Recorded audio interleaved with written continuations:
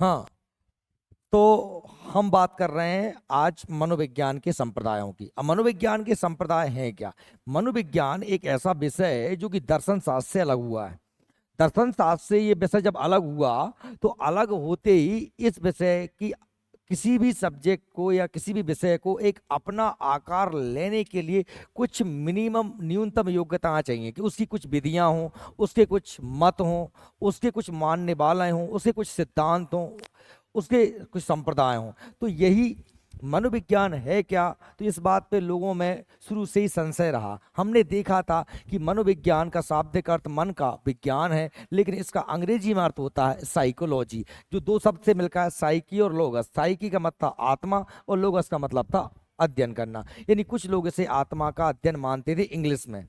शुरुआत में अगर हम बात करें इंग्लिश भाषा का अर्थ है आत्मा का अध्ययन, तो हमने देखा था कि यूनान के दार्शनिक जैसे कि अरस्तु, डेकार्टे, प्लूटो, ये लोग इसे क्या मानते थे? आत्मा का विज्ञान मानते थे। बाद में आप देखते हैं कि इसको मन का विज्ञान माना गया। पोम्पोनोजी वगैरह ने इसे क्या माना? मन का विज्ञान माना। मन यानी माइंड, माइंड का विज्ञान माना। बाद में आप देखते हैं कि विलियम वुंट का समय आता है और वो इसे क्या मानते हैं? चेतना का विज्ञान मानते हैं। अंत में हम देखते हैं कौन आते हैं? वॉटसन आते हैं, जो इसे क्या मानते हैं? व्यवहार का विज्ञान मानते हैं। ठीक है। और विलियम वॉटसन के आने से या वॉटसन, जो जो हमारे विलियम वुंट थे, जो जर्मनी के एक विद्वान थे, और उनके शिष्य थे टिचनर, उनके आने से ही मनोविज्ञान में एक आमूलचूल परिवर्तन हुआ। मनोविज्ञान की को एक अलग से विषय की मान्यता दिलाने में विलियम वुंट का एक बड़ा ही महत्वपूर्ण योगदान है। विलियम वुंट कहाँ के थे? विलियम वुंट जर्मनी के थे। उनके साथ में उनके शिष्य थे कौन? टिचनर। उन दोनों ने मिलकर क्या किया था? मनुष्य के विभिन्न प्रकार के जो मानसिक ज्ञान है वो आखिर कैसे बनता है, इस पर उन्होंने बहुत सारे प्रयोग करे थे। और ये प्रयोग करने के लिए उन्होंने जर्मनी के लिपजिंग शहर में एक प्रयोगशाला क्या की थी? स्थापित की थी। और जब उन्होंने ये प्रयोग किए तो प्रयोग करके उन्हें कुछ निष्कर्ष निकाले, और निष्कर्ष के आधार पर उन्होंने मनोविज्ञान क्या है इस प्रश्न का जवाब देने का प्रयास किया। और उन्होंने अपना पहला ये जो बात दिया या संप्रदाय दिया, इसका नाम रखा क्या? संरचनावाद। क्या नाम रखा? यानी अब संप्रदाय पढ़ रहे हैं, संप्रदाय को हम स्कूल भी बोलते हैं इंग्लिश में। संप्रदाय का मतलब क्या है? कि एक जैसी विचारधारा वाले लोगों को एक संप्रदाय के अंतर्गत रखा जाता है। जैसे मान लीजिए कोई बाबा जी हैं, उन्होंने कह दिया कि भगवान तो सब जो है इस वृक्ष में है भगवान, तो सारे लोग मानने लगे कि इस भगवान इस वृक्ष में है। तो उन सभी ग्रुप, इस बात को मानने वाले ग्रुप को क्या कह देंगे? एक संप्रदाय। जैसे आदि गुरु शंकराचार्य थे, उन्होंने मत दिया था क्या? अद्वैतवाद। अद्वैतवाद मतलब क्या? आत्मा और परमात्मा एक है। वो बहुत सारे लोग इस बात को मानते हैं, तो वो क्या कहलाता है? अद्वैतवाद संप्रदाय। और उसके मानने वाले लोग उनके समर्थक कहलाते हैं। तो यही चला। तो कल की जैसे हमने क्लास में आपको इन चीज़ों के बारे में बड़े डिटेल से बता दिया था, आज हम एक एक को पढ़ने वाले हैं। तो हमने कहा कि मनोविज्ञान के अनेक संप्रदाय हुए, और उन संप्रदाय में जो है पहला संप्रदाय क्या आता है? संरचनावाद। क्या आता है? इस संरचनावाद को किसने दिया है? विलियम वुंट ने और उनके शिष्य टिचनर ने दिया है। अब इन्होंने क्या कहा? तो कल मैंने आपको इनके बारे में बताया था। इनका ऐसा मानना है कि मनुष्य का जो ज्ञान होता है, जो ज्ञान है वो काय से मिलके बना है? वो मिलके बनता है संवेदनाओं से। काय से बना है? संवेदना से। संवेदना को ही क्या कह सकते हैं हम? चेतना कह सकते हैं। क्या कह सकते हैं? चेतना। और ये चेतना क्या चीज होती है? चेतना होता है हमारा क्या? इंद्रिय जनित ज्ञान। क्या होता है? इंद्रिय जनित ज्ञान। इंद्रिय जनित ज्ञान। इंद्रिय जनित ज्ञान से मतलब क्या है? कि हमारी नाक है, कान है, त्वचा है, जिह्वा है। मैंने कुछ देखा, फोटो खींचा, आंख ने चित्र पहुंचा मस्तिष्क में, मैंने कुछ सुना, आवाज आई कान से, सूचना कहाँ पहुंची? मस्तिष्क में। ये जो मेरी आंख, नाक, कान, जिह्वा, त्वचा, ये आंख से देखता हूँ, कान से सुनता हूँ, नाक से सूंघता हूँ, जीभ से चखता हूँ, त्वचा से स्पर्श करता हूँ, है ना, नाक से गंध लेता हूँ, ये सारी सूचनाएं क्या कहलाती हैं? संवेदनाएं। और ये संवेदनाएं कहाँ पहुंचती हैं? मस्तिष्क में। और उसी से मनुष्य का ज्ञान का निर्माण होता है। ऐसा किसने कहा था? संरचना का मतलब क्या होता है? बनावट। अब देखिए, हम सबसे पहले इसी को देखते हैं। तो मनोविज्ञान की नींव 1879 में अलग से विषय, दर्शन शास्त्र से अलग विषय करके 1819 में विलियम उंट ने, अब कभी कभी उंट या फिर विलियम अपने से बुंट भी कह देते हैं, क्या कह देते हैं, बुंट उंट, बात एक ही है, के प्रयासों से लिपजिंग विश्वविद्यालय, जो कहाँ पर है, लिपजिंग विश्वविद्यालय जर्मनी में, कहाँ पर है, आधुनिक नाम इसका क्या है, कार्ल मार्क्स विश्वविद्यालय है, उस शहर का नाम भी क्या है, लिपजिंग है, जर्मनी में पढ़ी और दर्शन शास्त्र की दासता से मुक्त हुआ। दर्शन शास्त्र मतलब क्या, फिलॉसफी। दर्शन शास्त्र मतलब क्या, फिलॉसफी। दर्शन शास्त्र मतलब होता है कि मेरे आत्मा परमात्मा के बारे में विचार, मेरा नजरिया, मेरा दृष्टिकोण। दर्शन का मतलब क्या होता है, देखना, कि मैं इस तरीके से चीजों को देखता हूं, मैं परमात्मा के बारे में ये सोचता हूँ कि साकार है, निराकार है, आत्मा क्या होती है, मन क्या होता है। तो दर्शन शास्त्र के जनक कौन है, अरस्तु। कौन है, और दर्शन शास्त्र की एक शाखा हुआ करती थी, क्या शाखा हुआ करती थी, क्या शाखा हुआ करती थी, ये मनोविज्ञान, यानी अलग से विषय नहीं था।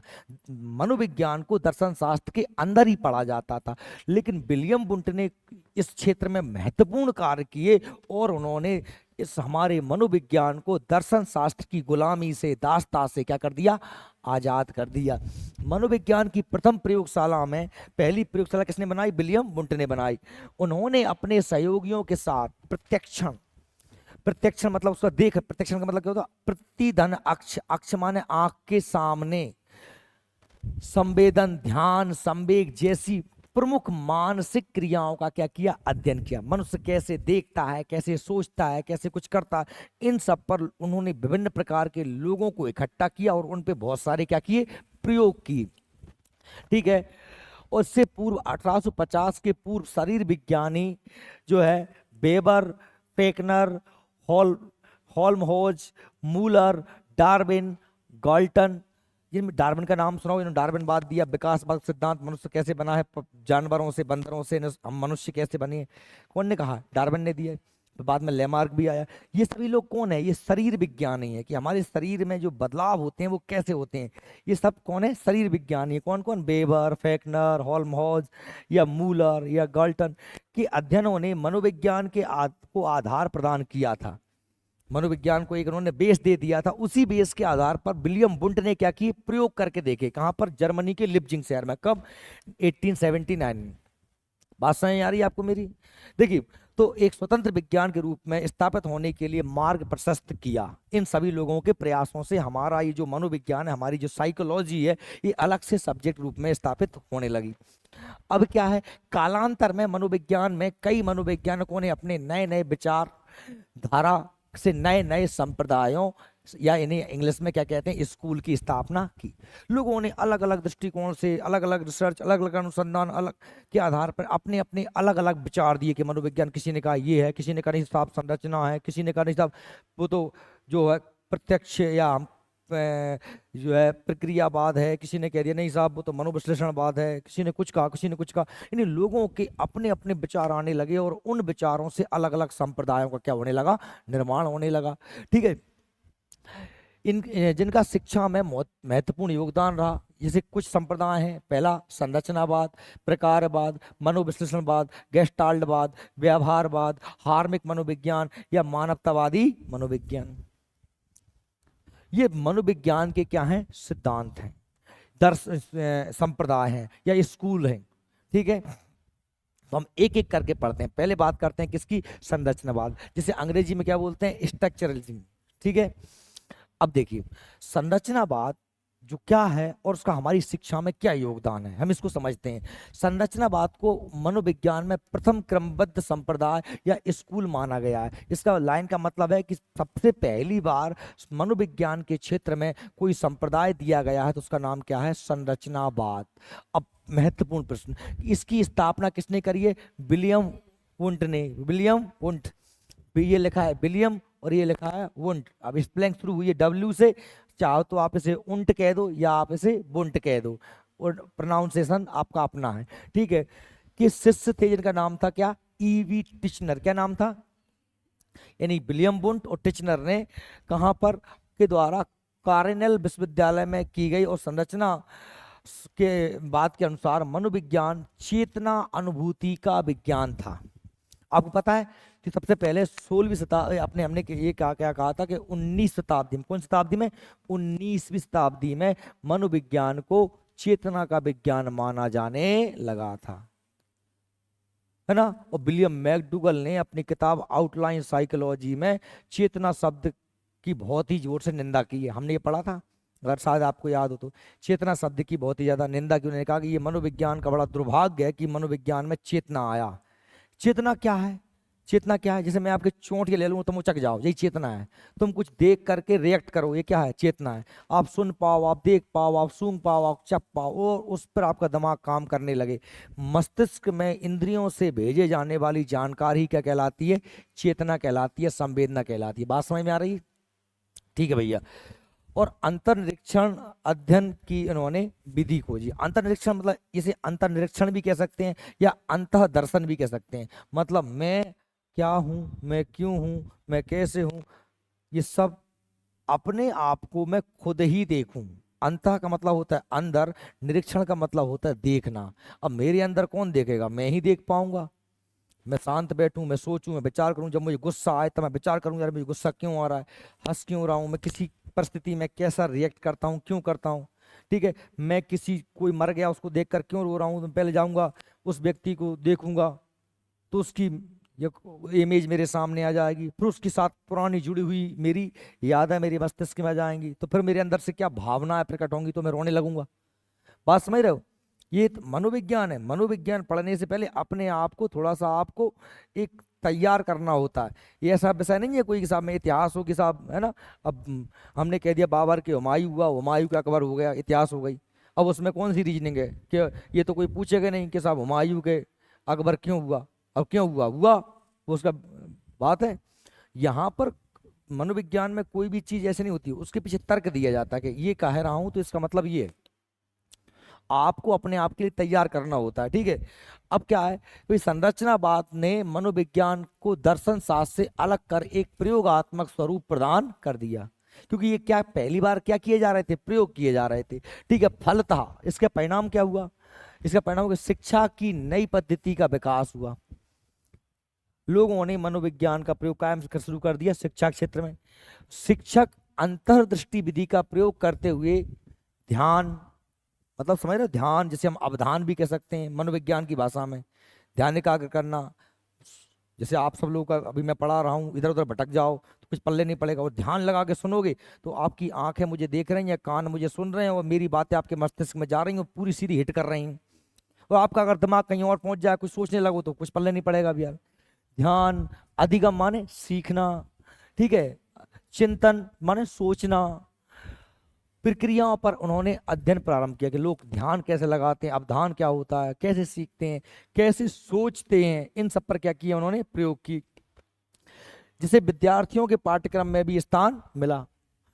इसके अलावा संरचनावाद द्वारा प्रतिपादित अर्थ के संदर्भ सिद्धांत को अधिक लोकप्रियता मिली, क्योंकि इसके आधार पर प्रत्यक्षण, सहचार, प्रतिमा मतलब कोई की इमेज हमारे दिमाग में बन जाए किस चीज की, है ना, चिंतन का प्रयोगात्मक अध्ययन संभव हो पाया था। तो कहने का तात्पर्य है कि संरचनावाद जो है वो विलियम वुंट और टिचनर के सहयोगों से इसकी शुरुआत हुई। अब हालांकि आप अगर चाहो तो आप, जैसे मैंने ये दिया है कि संरचनावाद की शुभारंभ कब हुआ? 1879 में। मुख्य प्रकरण क्या है? संवेदना। क्या है? संवेदना। और संवेदनाओं क्या कहते हैं? चेतना। इससे कौन सी विधि पैदा हुई? अंतर्दर्शन विधि। कौन सी विधि पैदा हुई? अंतर्दर्शन विधि। और इसके प्रवर्तक कौन है? विलियम वुंट और टिचनर। वास्तव में हमारे पेपर की दृष्टि से तो यही महत्वपूर्ण है। पूरा सारांश निचोड़ यही है, पेपर में ही आता है। लेकिन ये अकेले रटने से काम चलेगा नहीं, क्योंकि तो रटोगे और तुम भूल जाओगे। फिर तो हमने ऐसे ही कह दिया कि ये प्रकारवाद दिया, प्रकारवाद है 1900 में दिया। मुख्य प्रकरण क्या है? व्यवहार अधिगम, है ना। विधि कौन सी? अंतर्निरीक्षण विधि। और प्रवर्तक कौन है? विलियम जेम्स एंजिल या जॉन डीबी। एंजिल अलग हैं और जॉन डीबी अलग हैं। अब बताओ, इसके बारे में अभी तुम्हें नहीं पढ़ा है, इसके बारे में पढ़ा दिया, ये दिमाग में बैठ गया, आप समझ गए संवेदना क्या है क्या है। लेकिन अब प्रकारवाद को अगर या तो ऐसे पढ़ लेना, ये रट्टा मारो भूल जाओगे, इसको नहीं भूलोगे। तो इसलिए मैं कह रहा हूं कि हम ये जो है इन वादों को पढ़ें नहीं, ढंग से समझें। प्रयोगवाद या जो संरचनावाद था उसके विरोध में ही क्या आया था? प्रकारवाद। क्या आया था? प्रकारवाद। कल या प्रकारवाद को हम एक और नाम देते हैं क्या? कार्यात्मकवाद। क्या नाम देते हैं? कार्यात्मकवाद। कार्यात्मकवाद नाम देते हैं, बताया था कल मैंने आपको। अब कार्यात्मकवाद होता क्या है? जैसे कि विलियम वुंट ने क्या कहा था? विलियम वुंट ने जोर दिया था काय पे? संवेदना पे। काय पे जोर दिया था?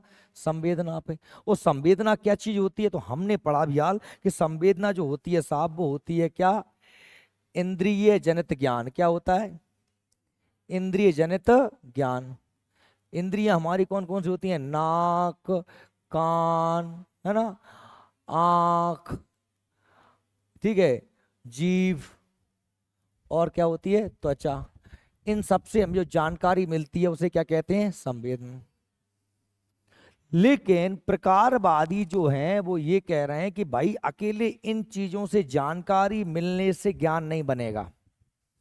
मैंने देख लिया, तुम लड़कियां मेरे सामने बैठी या मेरे सामने कोई बैठा, इमेज भेजने का काम है किसका? आंख का।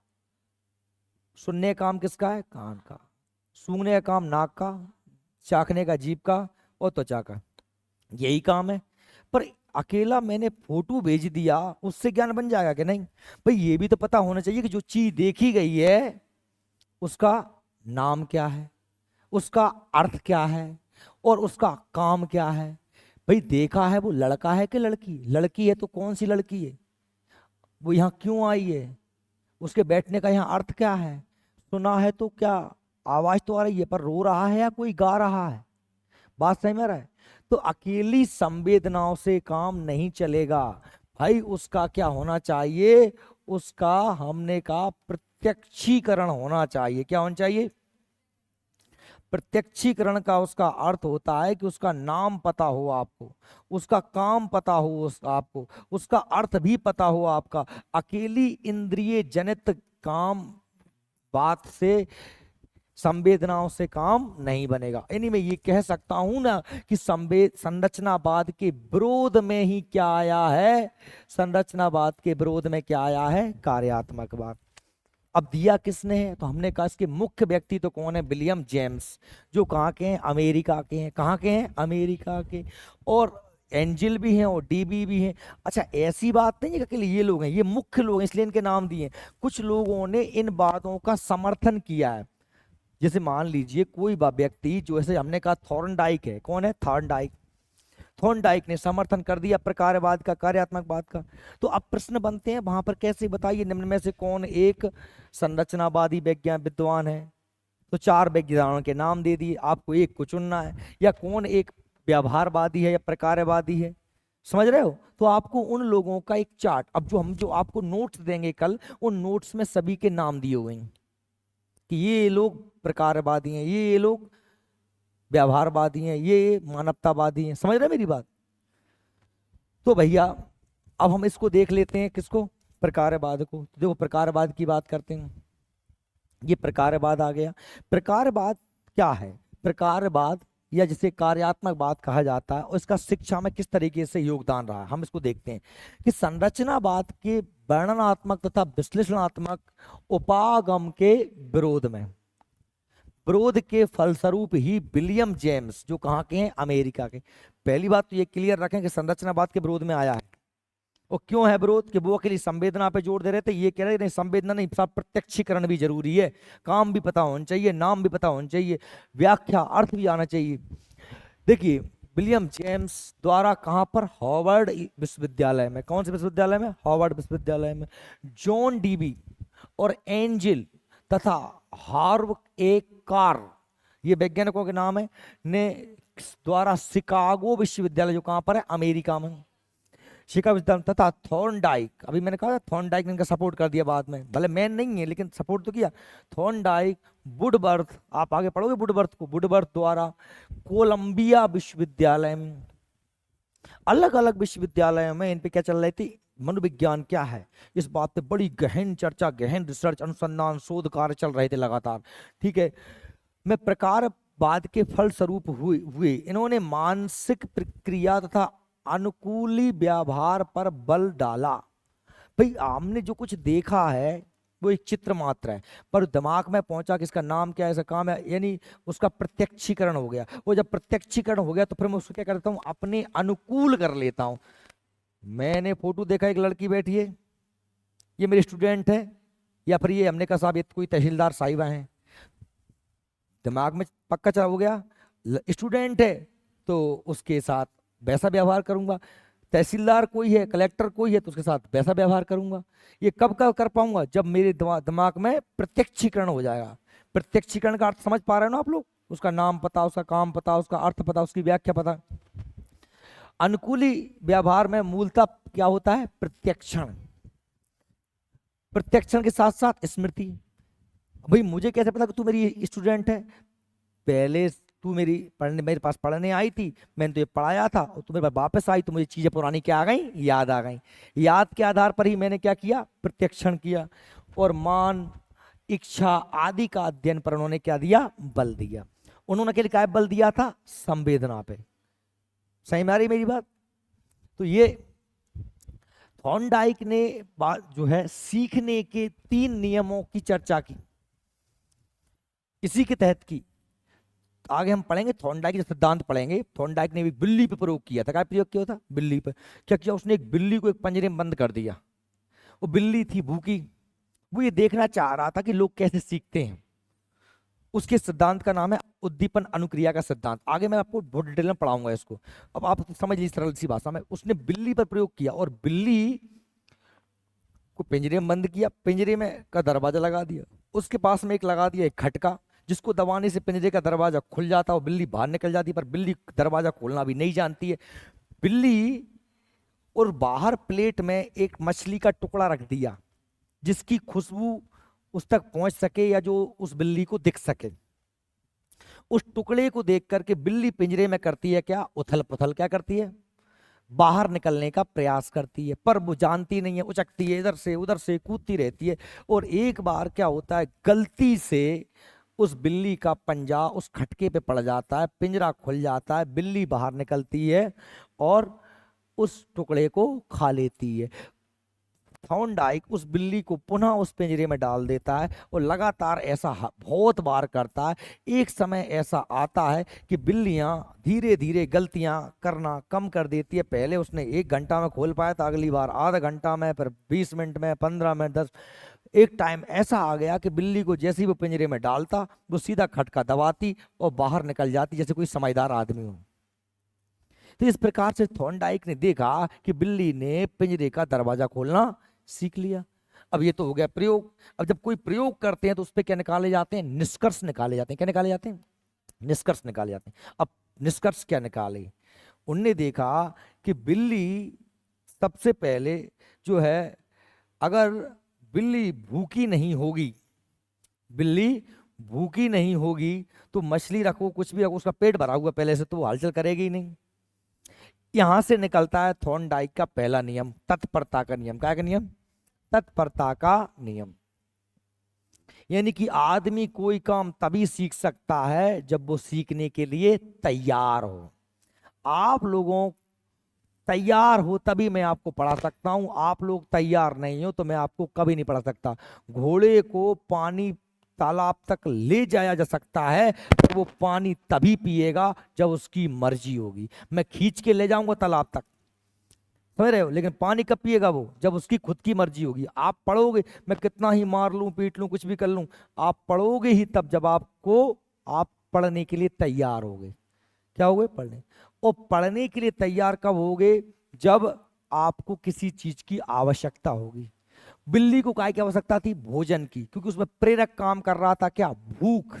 अगर भूख ना लगी होती, भूख प्रेरक ना होता, तो वो उछलने कूद ना उछलती कूदती ना ही कुछ सीख पाती। यानी उसमें उसे तैयार कौन कर रहा है, भूख। आप लोग पढ़ने के लिए हो, आपकी आवश्यकता है कि आपको अपने जीवन की सुरक्षा चाहिए, आपको एक नौकरी चाहिए, क्योंकि आप पैसे चाहिए, है ना, इसीलिए आप जो है पढ़ने आ गए हो। अगर आप लोगों को आवश्यकता, बड़े घर के मोड़ा मोड़ी तुम देखें, लेकिन साहब अनाप शनाप पैसा है, वो बड़ी बिल्डिंग है, 100 200 500 जमीन है, 9 घर। अब तुम क्यों गए अनंत अंबानी तो तैयारी करे, वर्ग 3 करे होगा। नहीं कर सके ना, कहा नहीं कर सके, आज जरूरत नहीं है। तो हम कहते हैं कि अफरे जो है, अफरे की ब्यारू, अफरे की ब्यारू, अपने गांव में एक कहावत चलती, तुम सुनी भी होगी, अफरे की ब्यारू, कि जो आदमी अफरो होए पहले से, अब बाय तो मन हमारे साहब खा लो हैं, वो भूखो भाको हो ना आदमी, तो वो कोरकोटा खा जाए, तुमसे कछु नहीं कह रहा हूँ। वो अफरे अफराए आदमी 10 हेरे और सब्जी में नमक नहीं है, तेल नहीं है, जीरा ज्यादा हो गया, फटाना ढकाना, वो भूखो हो तो बिना खा जाए वो। तो पहला नियम दिया थॉर्नडाइक ने तत्परता का नियम, के आदमी तैयार हो जरूरी है, बिल्ली का भूखा होना जरूरी था। ठीक है, मान लिया बिल्ली भूखी थी, इसलिए बिल्ली उचकी, वो बिल्ली ने खोल लिया एक बार। अब एक बार खोल के ही हम छोड़ देते, और उसको दोबारा उस पिंजरे में न डालते, बार बार न डालते, बार बार न डालते, तो बिल्ली कभी भी दरवाजा खोलना अच्छे से न सीख पाती। यानी कि आपने कोई काम तैयार थे, आपने सीख लिया, आप आ गए तैयार होके, आपका मन हुआ, आपको अवस्थी याद पढ़ने के लिए आप आ गए, और मैंने आपको अच्छे से पढ़ा भी दिया, लेकिन तुमने घर पे जाके क्या नहीं करी, प्रैक्टिस नहीं करी, अभ्यास नहीं किया, बार बार नहीं पढ़ा, तो आप नहीं सीख पाओगे, आप सब कुछ भूल जाओगे। दूसरा नियम निकलता है, काय का नियम, अभ्यास का नियम। अभ्यास, प्रैक्टिस, प्रैक्टिस मेक परफेक्ट, बनाता है इंसान को प्रैक्टिस, अभ्यास करना चाहिए, है ना। आपने एक पुरानी बात सुनी होगी कि रसरी आवत जात से सिल परत परत निशान, करत करत अभ्यास के जड़मती होत सुजान। रस्सी रस्सी के आने जाने से सिल पर पत्थर पर भी निशान पड़ जाते हैं, वो करत करत अभ्यास, अभ्यास करने से भी जड़मती माने मूर्ख आदमी भी, जड़मती माने मूर्ख आदमी भी विद्वान हो सकता है। ठीक है। और तीसरा पड़ा काय, लास्ट का नियम कौन सा है, प्रभाव का नियम। कब सीखा इंसान, भाई अभ्यास, मैंने कहा कि बिल्ली को पिंजरे में बंद किया था, भूखी थी, इसलिए तैयार थी बाहर निकलने के लिए, लेकिन अगर बिल्ली बाहर निकल भी जाती मेहनत करके, और जैसे ही बाहर निकलती वो, ठीक है, और मैं उस प्लेट को हटा लेता, अगली बार मैं फिर बिल्ली को पेड़ देता, बिल्ली बेचारी इस बार फिर मेहनत करके निकलती, और फिर मैं प्लेट हटा लेता, मतलब उस पर गलत प्रभाव पड़ता, अच्छा प्रभाव नहीं पड़ा। वो ये कहती कि यार मैं मुश्किल से मेहनत करके निकलती हूँ, और जो है मुझे कुछ मिलता ही नहीं है, तो अगली बार से भले प्लेट रखी रहेगी, वो प्रयास करना बंद। सीखने के लिए हम तैयार कब होते हैं, जब जरूरत होती है, लेकिन हम सीख कब पाते हैं, जब हम जो काम करते हैं वो हमारे अनुकूल हो जाए, हमें उससे क्या हो, अच्छा प्रभाव पड़े, लाभदायक हो, तो हम उस काम को बार बार करते हैं, और बार बार करते हैं तो उसे अभ्यास कहते हैं, और सीख जाते हैं। तत्परता का नियम, प्रभाव का नियम और अभ्यास का नियम, ये 3 नियम दिए किसने, थॉर्नडाइक ने। आई मेरी बात समझ में आप लोगों को। देखिए, जिसका उपयोग शिक्षा में काफी होता है, उन्होंने 1903 में शिक्षा मनोविज्ञान नामक एक पुस्तक भी रचना की, इसलिए इसलिए इसलिए थॉर्नडाइक को प्रथम शिक्षा मनोवैज्ञानिक कहते हैं, जैसे कि विलियम वुंट को संरचनावादी मनोवैज्ञानिक कहते हैं, जैसे कि विलियम जेम्स को मनोविज्ञान का जनक कहते हैं, आधुनिक मनोविज्ञान का जनक कहते हैं। जैसे संरचनावादी मनोविज्ञान जनक विलियम वुंट कहते हैं, जैसे शिक्षा मनोविज्ञान के जनक किसे कहते हैं, थॉर्नडाइक को कहते हैं। किसे कहते हैं, थॉर्नडाइक। ठीक है। और शिक्षा मनोविज्ञान नामक एक पुस्तक भी उन्होंने लिखी। उन्होंने अंतरण, ट्रांसफर के क्षेत्र में एक नया सिद्धांत दिया। इसके अलावा 3 तरह की बुद्धि, अमूर्त बुद्धि, सामाजिक बुद्धि और यांत्रिक बुद्धि के बारे में बताया। बुद्धि के 3 टाइप की, अमूर्त बुद्धि, मूर्त बुद्धि, यांत्रिक बुद्धि। अभी आप इस पे घबराना मत, क्योंकि बुद्धि नाम का एक अलग से ही टॉपिक है हमारे सब्जेक्ट में, और हम उसको, एक बुद्धि टॉपिक है, एक व्यक्तित्व टॉपिक है, वहां हम डिटेल से पढ़ेंगे। अभी मैं बीत जाऊंगा तो फिर बहुत लंबा हो जाएगा। 3 तरह की बुद्धि की बात करता है, अमूर्त बुद्धि, सामाजिक बुद्धि और यांत्रिक बुद्धि। मूर्त बुद्धि का प्रतिमान किया, जो कि सामाजिक मनोविज्ञान क्षेत्र में मील का पत्थर साबित हुआ। वुडवर्थ बहुत महत्वपूर्ण है। वुडवर्थ, जो अभी आप जान रहे हैं प्रकारवाद के समर्थक ही हैं, वुडवर्थ, अभी बताया था मैंने आपको, ने सीखने की प्रक्रिया में क्रियाविधि तथा अंतर्नोद का काफी महत्वपूर्ण बताया। शिकागो के प्रकारवादियों ने सहचार्य के नियमों की व्याख्या की, जिसका प्रभाव शिक्षा जगत में सीधा पड़ा। एक क्रिया के समान यदि दूसरी क्रिया हो, तो हम एक, जैसे मैंने क्या कह रहा हूं कि गणित करने वाला व्यक्ति फिजिक्स अच्छे से सीख लेता है, क्योंकि गणित फिजिक्स कैसे हैं, मिलते जुलते सब्जेक्ट हैं ये। ठीक है। समानता का नियम, समीपता का नियम और बारंबारता का नियम इन लोगों ने दिए। ये सारे नियम आगे आने वाले हैं, घबराना मत। इस तरह प्रकारवादियों ने शिक्षा और शिक्षण क्षेत्र में काफी मजबूती प्रदान की। प्रकारवादियों ने, ये अभी ये देखिए, वुडवर्थ, थॉर्नडाइक, जॉन डीबी, है ना, ये सब लोग कौन हो गए? ये सभी लोग, विलियम जेम्स या एंजल या हार्वेकर, ये सभी कौन है? ये सब प्रकारवादी हो गए। कौन हो गए? प्रकारवादी। आई बात सही में आप लोगों को? अब इसके बाद में हमारा आता है मनोविश्लेषणवाद। इसको मैं कल पढ़ाऊंगा, लेट हो जाएंगे अपन क्योंकि आज दो ही काफी हैं।